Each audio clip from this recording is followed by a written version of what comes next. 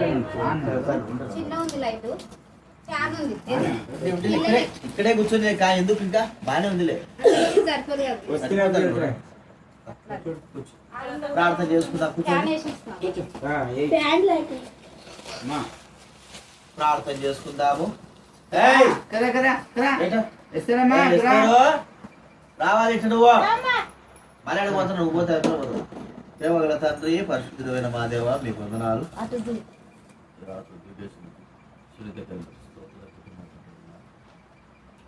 ప్రేమించిన మొదటిగా మాట్లాడిన ప్రభావ మీరు అనుగ్రహించేందుకు మీకు కృతజ్ఞతలు చెల్లిస్తాను మందిరామరుస్తాను నా సంవత్సరం కాపాడాను మీరు ప్రవేశపెట్టనిస్తూ నా పుట్టినరోజు దైవుడితో సంతోషం కలిగి ప్రార్థన కలిగి ఉండడానికి చూపిస్తాను బిడ్డలు దీవించి ఆశ్రయించండి బిడ్డలు దీవించి ఆశ్రయించండి కలిగి కుటుంబంలో రక్షణాకార్యం జరిగింది మీకై కృతజ్ఞతాస్తుతులు చెల్లిస్తూ మహిమ ఘనత ప్రభావాలతో యేసునామమున ప్రార్థించి వేడుచున్నాము తండ్రి.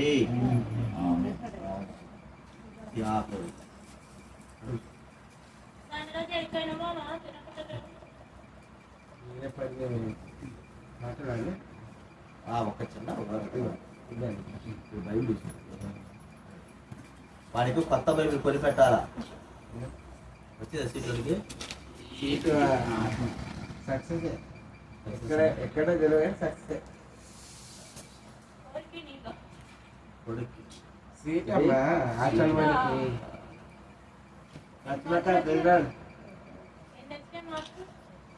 పాట సంఖ్య 256 స్తుతులు నీకు అర్పించము సతతము యాడికి చూస్తారా పుస్తక 256 స్తుతులు నీకు అర్పించము సతతము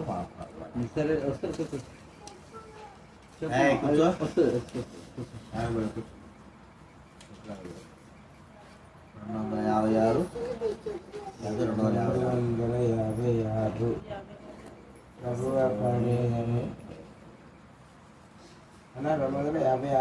256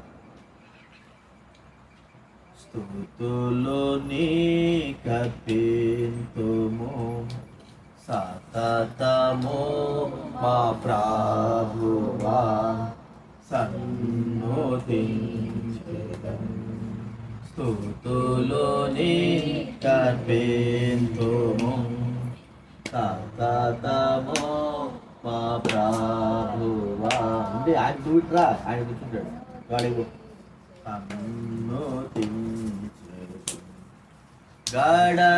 గడచినాటి కాలము కరుణతో నంగాచితివి గడచినాటి కాలము కరుణతో నంద్రాచి 256 నాటి కృపా చూపినాటి నా ప్రభు నాటి కృపా చూపినాటి మా ప్రభు స్తుతులు నీకర్పింతుము సతతము మా ప్రభువా సన్నుతించెదం నాదు దినముల నీదు క్షేమ మేలును నాదు దినముల నీదు క్షేమ మేలును నీదు జాడలనియు తారంబు నీచును నీదు జాడలనియు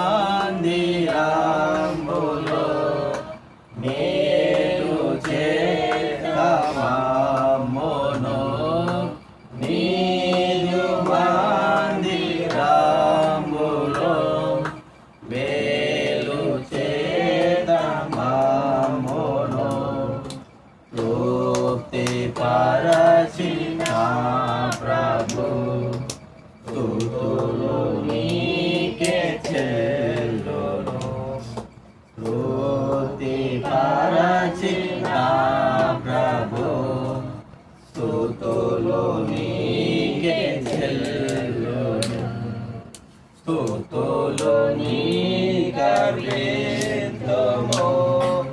సతతము మా ప్రభువా సన్నుతించెదం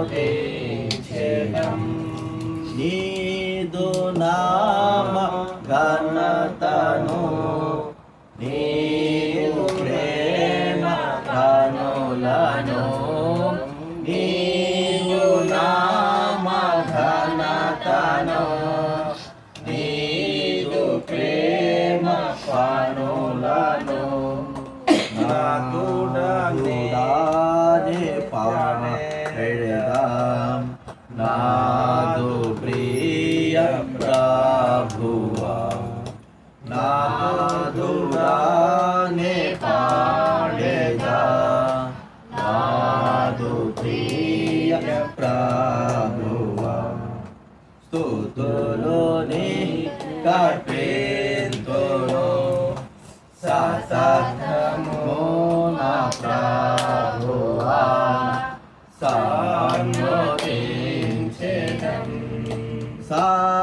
సత్యరూపి నీవేగా సకల సృష్టికర్తవు సత్యరూపి నీవేగా సకల సృష్టికర్తవు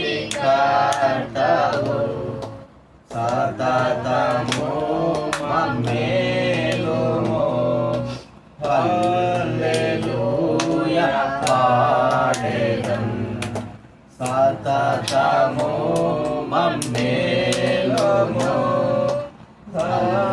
హల్లెలూయా పాడెదం స్తుతులు నీకర్పితుము సతతము మా ప్రభువా సన్నుతించెదం. ప్రార్థన చేసుకుందాము. పరలోకమందున తండ్రి, ఈరోజు మందిర పుట్టినరోజు ప్రభా, నిజంగా మీరు మాకు ఇచ్చిన బిడ్డల విషయమై మా యొక్క వైఖరి వారి పంపకం ఎలా ఉందో, దేవుని వాక్యం ఏం చెబుతుందో ఆ మాటను మేము గ్రహించుకోగలిగాం. ఆ మాటను మా జీవితాల్లో నెరవేర్చొస్తున్నాయి. సహాయం ప్రభా, ఇప్పుడున్న మాకందరూ కూడా దేవుని వాక్యం ద్వారా మాట్లాడవలసి మనవి చేస్తూ ప్రభువైన యేసునామమున ప్రార్థిస్తున్నాము తండ్రి. ఆమేన్. సామెతల గ్రంథం 22వ అధ్యాయం. సామెతల గ్రంథం 22వ అధ్యాయము 6వ వచనం మనమందరం కూడా కలిసి చదువుకుందాం. సామెతల గ్రంథం 22వ అధ్యాయం. ఇంకా దిప్పు మధ్యది 22వ అధ్యాయము 6వ వచనం మనమందరం కూడా కలిసి చదువుకుందాం. దేవుడి వాక్యం ఉన్నవారు తెలిసిన వారు చదవండి. బాలుడు నడవవలసిన త్రోవను వారికి నేర్పుము, వాడు పెద్దవాడైనప్పుడు దాని నుండి తొలగిపోడు. అయితే మనం ఈ మాట చెప్పుకో, బాలికలు నడవవలసిన త్రోవను వారికి నేర్పుము, వారు పెద్దవారైనప్పుడు దాని నుండి, బాలికలైనా బాలురైనా ఎవరైనా పిల్లలు, అయితే వారికి నేర్పవలసినటువంటి నడవవలసిన త్రోవ, నడవలసిన మార్గం. చిన్నప్పటి నుంచి మనం ఏదైతే వారికి నడిపిస్తామో, ఏదైతే వారికి చేస్తామో, ఏదైతే వారిని నడిపిస్తామో అదే ఏమవుతుంది, వాళ్ళు పెద్దయిన తర్వాత నేర్చుకుంటారు. ఎందుకంటే తల్లిదండ్రులు చూసి నేర్చుకోవడం, వారు నడిపించిన నడక ప్రకారంగానే నేర్చుకుంటారు. లేకపోతే వారు అంటే మనం నడిపించేది చెడైనా నడిపించాలి, మంచి అయినా మనం నడిపించే విధానమే దైవ గ్రంథంలో తల్లిదండ్రులైన వారు చాలామంది వారి యొక్క పిల్లల్ని మంచి మార్గం నడిపించిన వారు ఉన్నారు, చెడు మార్గంలో నడిపించిన వారు కూడా ఉన్నారు. మంచి మార్గం నడిపించిన వారి యొక్క పిల్లలు పెద్ద తర్వాత వారి యొక్క స్థితిగతులు ఎలా ఉన్నాయంటే గొప్పగా దేవుడు ఆశ్రయించినాడు. వారి యొక్క పిల్లల్ని తరతరాలు గుర్తించుకునేటట్లుగా వారు కూడా జీవిస్తూ వచ్చారు. చెడు మార్గంలో నడిపించుకున్న వారి పిల్లలు వారు నశించిపోయారు, వారి పిల్లలు కూడా నాశనంలోకి. అంటే తల్లిదండ్రులంగా పిల్లల యొక్క బాధ్యత ఎవరిపైన ఉంది చెప్పండి. వాడు చిన్న పిల్లడు వేసినట్ట రైల్లో ఆడుకుంటా ఉన్నాడు. ఆడుకుంటా అంటే వాడు బూతులు తిడుతున్నాడు పిల్లగాడు కదా. బూతులు తిడతా అంటే ఇక వాళ్ళ ఆయన వచ్చి ఎవడరా నీకు చదువు చెప్పేది, ఆ టీచర్ ఎవడరా అంటే టీచర్ ఏం చేస్తాడు, ఉదయం నుంచి సాయంత్రం వరకు టీచర్ దగ్గర నోరు మూసుకొని బాగానే ఉంటారు. నేర్పించేది ఎవరు? తల్లిదండ్రులే. కానీ పడింది ఎవరి మీద పడుతున్నారు, ఎవరి మీద నింద మోపుతున్నారు? పెద్దల మీద, టీచర్ల పైన వారి మీద. కానీ పిల్లల యొక్క భవిష్యత్తు తీర్చిదిద్దబడాలి అంటే తల్లిదండ్రుల యొక్క క్రమము, తల్లిదండ్రుల యొక్క ఆ యొక్క మంచి సత్యమైన మార్గము ఎప్పుడైతే పిల్లలకు నేర్పుతామో అప్పుడు మన పిల్లలు పెద్ద అయిన తర్వాత తొలగిపోరు, ఆ మార్గంలోనే వాళ్ళు. సరే, కొంతమంది ఒక ఇద్దరు మనం చూసుకుందాం. చూడండి, మొదటి సమూయేలు గ్రంథం మనకు తెలిసిన మాటలే. మొదటి సమూయేలు గ్రంథం 2వ అధ్యాయం, 2వ అధ్యాయము నేను చదువుతాను. 2వ అధ్యాయము 28వ వచనం, 224 పేజీ. మొదటి సమయంలో 2:1-28. కాబట్టి నేను ఆ బిడ్డను యెహోవాకు ప్రతిష్ఠించుచున్నాను, తాను బ్రతుకు దినములన్నిటిని వాడు యెహోవాకు ప్రతిష్ఠించి చెప్పాను. అప్పుడు వాడు యెహోవాకు అక్కడనే మొక్కెను. ఎవరి వ్యక్తి? సమూయేలు. ఏ వయసు? పాలు వేసి. ఇప్పుడు పాలు అవుతాను నీ కూతురు, అది ఇప్పుడు మార్పించేసిన ఇప్పుడు ఎన్నో వస్తుందా? 5 అంటే 4 కంప్లీట్ అయ్యి 5 కంప్లీట్ 5 to 4 కంప్లీట్ అయ్యింది. అంటే 2 సంవత్సరాలు నువ్వు పాలు మానిపించేసావు. 2 సంవత్సరాల వయసు ఎంత ఉంటుంది పిల్లకే? పాలు మానిపించే వయసు అంటే ఇంకా ఈ పిల్లకి చిన్నపిల్ల. అయితే ఆ వయసులో హన్నా సమూయేలు యొక్క తల్లి ఏం చేసిందంటే, ఏ వయసులో మనకు పిల్లలకి దైవికమైన భక్తి మార్గం పెంచడానికి వరకే మనం ఇష్టపడతామంటే అదో 12 లేదా 10 సంవత్సరాల నుంచి వారి భక్తి మార్గం అనిపించడానికి ఇష్టపడతారు. కానీ సమూయేలు యొక్క తల్లి పాలు విడిచినప్పటి నుంచి ఆ సమూయేలుకి మరి దేవుడి యొక్క దేవుడి సన్నిధిలో విడిచిపెట్టేసింది. అంటే లోకంతో కాదు, లోకంతో తనకి ఇప్పుడు కాదు, కుమారుడిని పెంచుకోవచ్చు. ప్రతిష్ఠించింది. జయ సర్లే కొద్ది టైం పడుతుంది, ఒక 10 సంవత్సరాల తర్వాత 10 సంవత్సరాల తర్వాత వదులుతారే ఈ వీడు. అసలుకి కనీసం వీడు బాత్రూమ్ పోతే కూడా కడుక్కోలేడు. కాబట్టి వీడిని ఎట్ట వదిలిపెడతాను, ఎక్కడ వదిలిపెట్టాలంటే మీకు కూడా బాగా కదా, ఆ పిల్ల ఏం చేస్తుందో ఎట్టుందో అని ఆలోచన. కానీ దేవుని మందిరంలో ఆ తల్లి ఏం చేసిందంటే దేవుని మందిరంలో వదిలిపెట్టేసి. ఎంత ఆశ్చర్యము! ఆ చిన్న వయసు నుంచి సమూయేలు దేవునికి పరిచయం చేసేవాడుగా ఉన్నాడు. ఆమె తీసుకున్న ఆ నిర్ణయము తన బిడ్డ అంటే సమూయేలు జీవితాన్ని బహుగా మార్చివేసింది. ఎలాగా మార్చివేసిందంటే రాను రాను రాను రాను సమూయేలు దేవుడి దగ్గరైపోయినాడు. ఆ దినాల్లో దేవుడి స్వరం కూడా వినలేని పరిస్థితులు ఉంటాయంటే దేవుడు వారందరితో అప్పుడు సమూయేలుతో మాట్లాడము మొదలుపెట్టాడు. అర్థమైందా మీకు? అంటే చిన్న వయసు నుంచే భక్తి మర్యాదలు పెంచడం అనేది తల్లి నేర్పించింది. ఇది మనం నేర్చు. భక్తి మర్యాద అంటే దైవ సన్నిధి యొక్క భక్తి. ఇప్పుడు కొద్ది పెద్ద అవుతానే ఇక్కడన్నా ఒక రకంగా, అదే ఒక వయసు వస్తే ఏం చేస్తారు పిల్లలు? 10 సంవత్సరాలు 12 సంవత్సరాలు రాగానే సినిమాలు పంపించడము, షికారులు పంపించడము, ఇంకా స్టాండ్ ఉంది, సినిమాలు పంపించడం, షికారులు పంపించడం. నువ్వు ఎడు కూర్చో నువ్వు పోకూడదు, నువ్వు వదిలే. అట్లా వెనకాల స్టాండ్ ఉంది, సురేష్ ఆడుకుంటాడు. దాని గోడ తాను చెప్తా లేరు నువ్వు లేరా నువ్వు అడుగుతు స్టాండ్ పడుతుంది అడుగు కూర్చో. కాబట్టి చిన్న వయసు నుంచి కూర్చో నాన్నకాడ కూర్చో. చిన్న వయసు నుంచి తల్లి ఏం నేర్పింది అంటే భక్తి జీవితాన్ని ఏం చేసింది నేర్పింది. మనకు మార్గదర్శకంగా అమ్మ ఆమె ఉంది. సరే ఆ భక్తి జీవితంలో నేర్పించడం ద్వారా తన బిడ్డ ఏమన్నా నశించిపోయాడా లేదా చెడిపోయాడంటే చెడిపోలే, మంచి స్థితిలోకి వచ్చాడు. ప్రజలందరూ గౌరవించేవాడుగా చేయబడ్డాడు.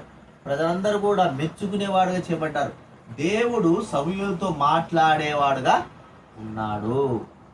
అది బాలుడు నడవలసిన త్రోవలో తన తల్లి తీసుకున్న నిర్ణయం. అర్థమైందా? కాబట్టి మన పిల్లల విషయంలో మనం ఏం నిర్ణయం తీసుకుంటాము? 5వ సంవత్సరం రాగానే మనం ఏం తీసుకుంటాం నిర్ణయము? స్కూలుకు పంపించాలి నిర్ణయము. ఎందుకు? బాగుపడాలా, చదువుకోవాలా, ఎవరికైనా సరే. కాబట్టి అది స్కూల్ అనేది ఏంది? భౌతిక సంబంధమైన దేవాలయం లాంటిది.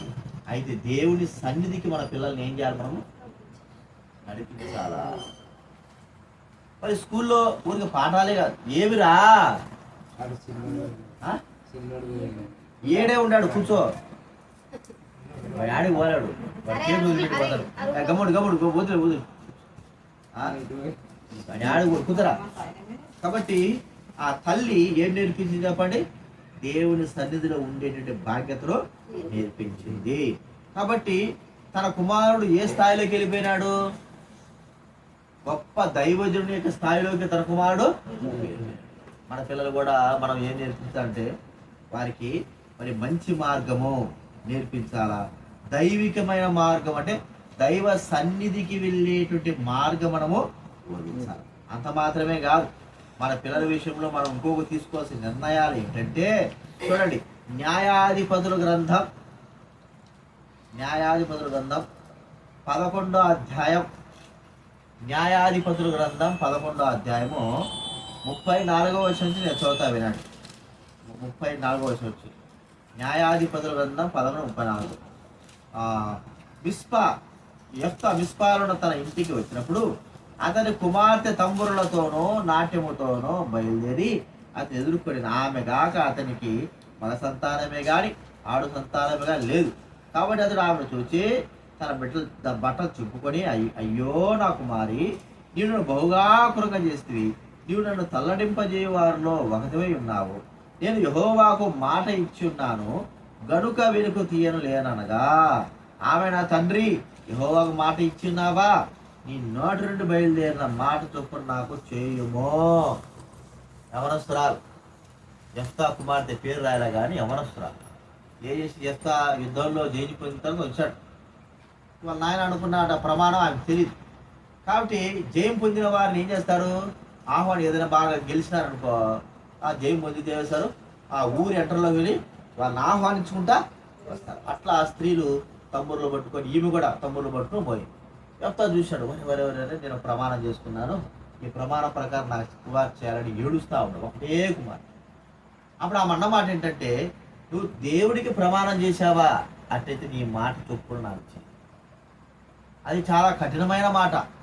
కానీ కుమార్తె, యెఫ్తా యొక్క కుమార్తె ఎంతటి విధేయత కలిగిందంటే, తండ్రి యొక్క మాట అది ఎంత కఠినమైనా సరే దాన్ని నెరవేర్చడానికి ఏం చేసింది?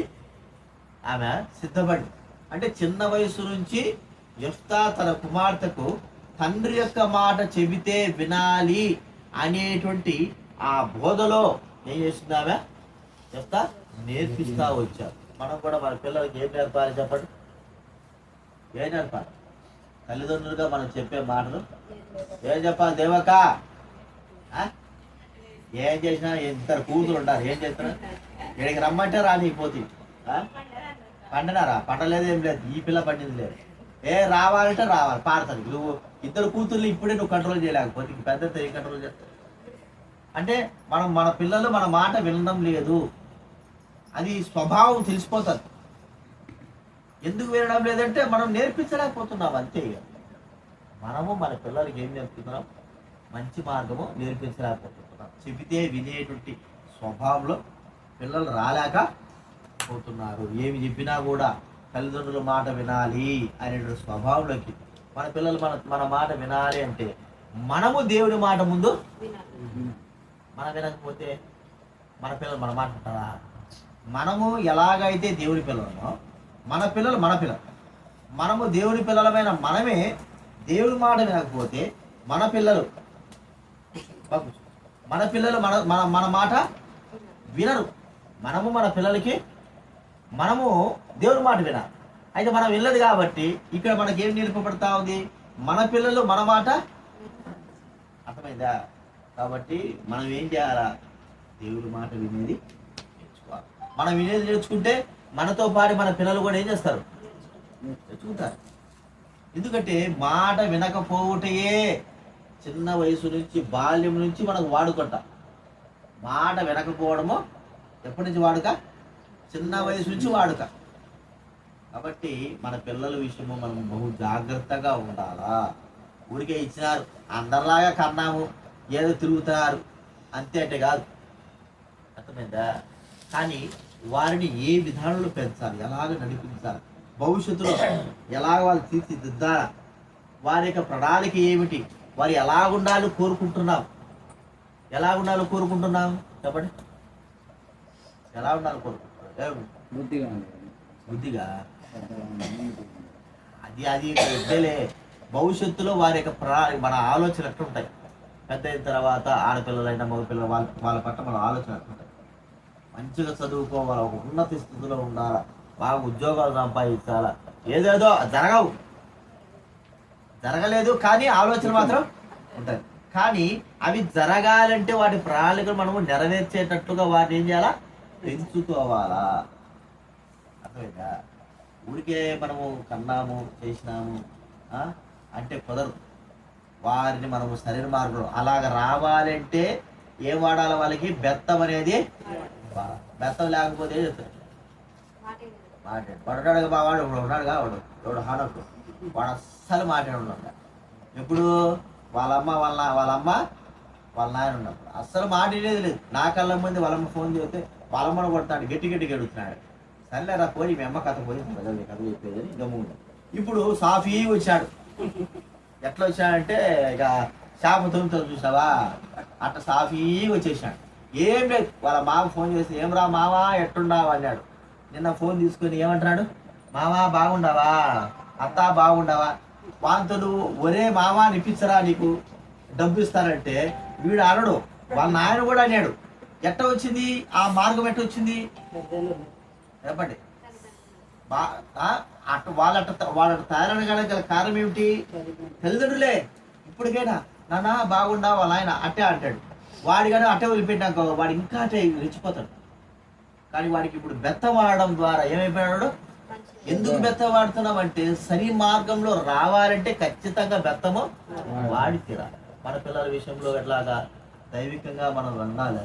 మనము మన పిల్లల్ని దైవికంగా వాళ్ళ బెత్తంతో మనకు సంపాదన కాదు, వాని ఆత్మను మనం ఏం చేస్తున్నాం? రక్షించుకునే మార్గం ఇది. అదేంటారు ఆ పిల్లలను కొట్టకూడదు అంటారు. కొట్టడం అంటే మనం చంపడం అని కాదు. వారి భయం, ఆ భయం ద్వారా వారిని ఏం చేస్తున్నాం? మంచి మార్గంలోకి. కాబట్టి మన పిల్లల విషయమై మనకు బాధ్యత ఉంది. ఇప్పుడు కాకపోయినా ఒక దినాన మనం అందరం కూడా ఈ లోకం చూస్తాము. మనకు పిల్లలు ఇచ్చిన తర్వాత వారిని ఎలాగ పెంచి పెద్ద చేసినామని ఆ యొక్క ఆ అడుగడము దేవుడు ఖచ్చితంగా తీర్పులు మనల్ని అడుగుతాడు. తీర్పులు అడిగే విధానంలో ఒకటి ఉంటుంది. ఒక్కొక్క దానికి తీర్పు కదా, అన్నిటికీ తీర్పులే. మాటకు తీర్పు, చూపుకు తీర్పు, పాపానికి తీర్పు, అన్నిటికి తీర్పు. అందులో తీర్పులో ఒక భాగం ఏమిటి? మన పిల్లల్ని మనము పెంచి ఎలాగ నడిపించినామో అనేటువంటి తీర్పు కూడా ఉంటారు. అర్థమైందా? కాబట్టి పిల్లల విషయమే మనం ఏం చేయాలా? బహు జాగ్రత్తగా పెట్టాలా, జాగ్రత్తగా ఉండాలి, వాళ్ళు కాపాడుకోవాలా. ఎందుకంటే లోకంలో మనం ఉంటున్నా మన పిల్లలు ఎలాగ పోతారో మనకు తెలియదు. తెలియకోకుండా వాళ్ళు మరి నశించిపోయే మార్గంలో. కాబట్టి తల్లిదండ్రులుగా మనం చేసే మనము వాళ్ళకి ఉపకారం చేస్తున్నామంటే ఒక మంచి మార్గం నడిపించడమే ఉపకారం. అర్థమైందా? డబ్బు గిబ్బు అది ప్రాముఖ్యమే, కానీ అంతకంటే ప్రాముఖ్యత వారిని మంచి మార్గంలో, సత్య మార్గంలో, దేవుడి మార్గం నడిపించడమే ఒక మంచి ఉపకారం చేసినట్లు. కాబట్టి అలాగ మనము మన పిల్లల్ని బోధించాలి. అంత మాత్రం కాదు, వారికి దేవుడి యొక్క మాటలు మనం బోధిస్తే రక్షణా మాటలు. రక్షణ గురించి మనకే రక్షణ లేదు. రక్షణ అంటే ఏంటి? మన పాపాలు మనమే ఒప్పుకోలేదు, మన తప్పులు మనమే దేవుడి దగ్గర ఒప్పుకోలేకపోతుంటున్నాం. మన తప్పులను మన పాపాలను ఒప్పుకోలేక మనం అలాగుంటే, జీవితాంతం అలాగుంటే మరి మనం రక్షణలు ఎలా ప్రవేశిస్తాం? కాబట్టి దేవుడు మనతో మాట్లాడాడంటే, నువ్వు రక్షణ మార్గంలో వెళ్తే నీ పిల్లలు కూడా రక్షణ మార్గంలోనే. అంటే మనకు దూడ ఉందనుకోండి, ఆవు దూడ, అది వస్తుంది. ఆవు వెళ్తూ ఉంటే దాని అంతా కూడా వస్తూ ఉంటాయి. గొర్రెలైనా మేకలైనా వాటి పిల్లలు ఏం చేస్తాయి చెప్పండి? వెంటనే వస్తాయి. మనం ఏ మార్గంలో అయితే వెళ్తున్నామో, జీవపు మార్గంలో వెళ్తున్నామా, పాప మార్గంలో, మరణ మార్గంలో వెళ్తున్నామా? ఇప్పుడు మనం ఎంచుకున్న మార్గం మరణ మార్గం అయితే మన వెంటున్న మన పిల్లలు కూడా అదే మార్గంలో ఏం చేస్తారు? వస్తాం. లేకపోతే మనం ఎంచుకున్న మార్గం జీవపు మార్గం, దేవుని మార్గం అయితే ఆ మార్గంలో మనం నడిస్తే అదే మార్గంలో వాళ్ళు ఏం చేస్తారు చెప్పండి? పిల్లలు కూడా వస్తారు. ఇప్పుడు మన మార్గం ఏమిటి? జీవపు మార్గం, రక్షణ మార్గం, పాప క్షమాపణ మార్గం, మారు మనసు మార్గం మన జీవితంలో కావాలి. ఇది లేకపోతే మన జీవితంలో ఎన్ని ఉన్నా వేస్ట్, కోట్లున్నా అసలు లేకపోయినా అన్నిటికీ ఒకటే సూత్రం, యేసు ప్రభువు లేని యొక్క జీవితము, ఆ కుటుంబము అంతా కూడా వ్యర్థము.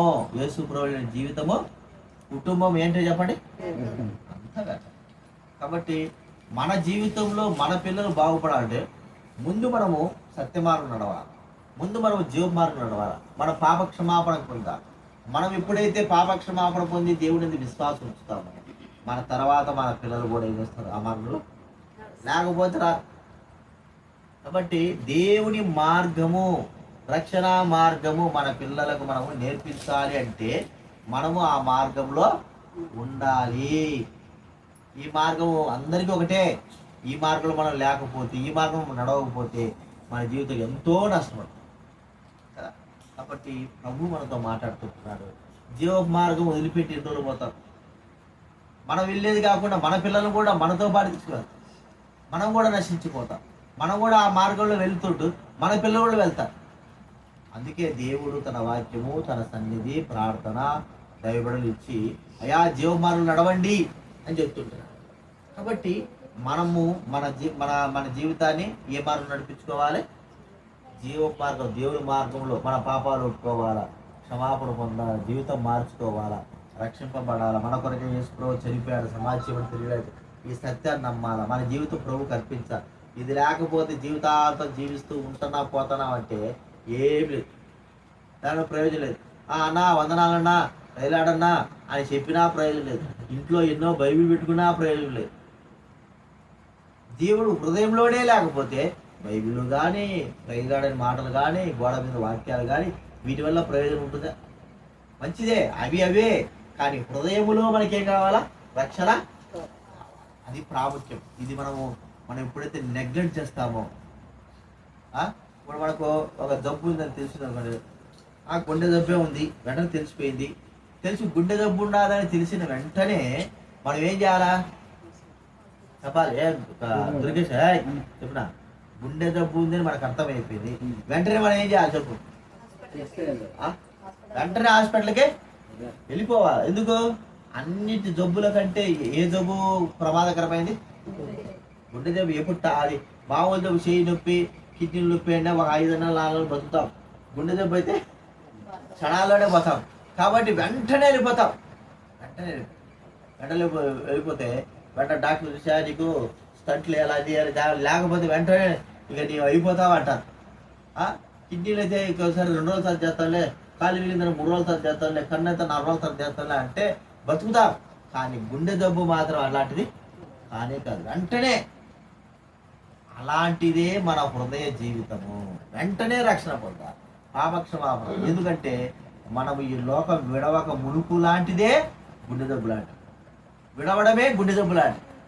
అది విడవక మునిపే వెంటనే డాక్టర్ వెళ్తా ఉంటాం. అట్లాగా ప్రభు దగ్గరికి రావాలి. అలాగ వచ్చినప్పుడే మన జీవితంలో రక్షణ, పాపక్షమాపణ, మన పాపాలు ఒప్పుకొని మన ప్రభువు నుండి విశ్వాసం ఉంచుతాం కదా. కాబట్టి ఈ మూడోదిగా మన ప్రభు దైవబడే వారికి ఏం చెప్పాలి? మన పిల్లలకి జీవ మార్గం బోధించాలి. అది బోధించాలంటే ముందుగా మనం ఏ మార్గం నడవాలి?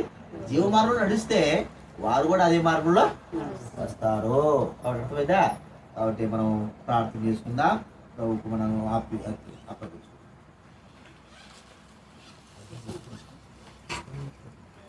లేయాలి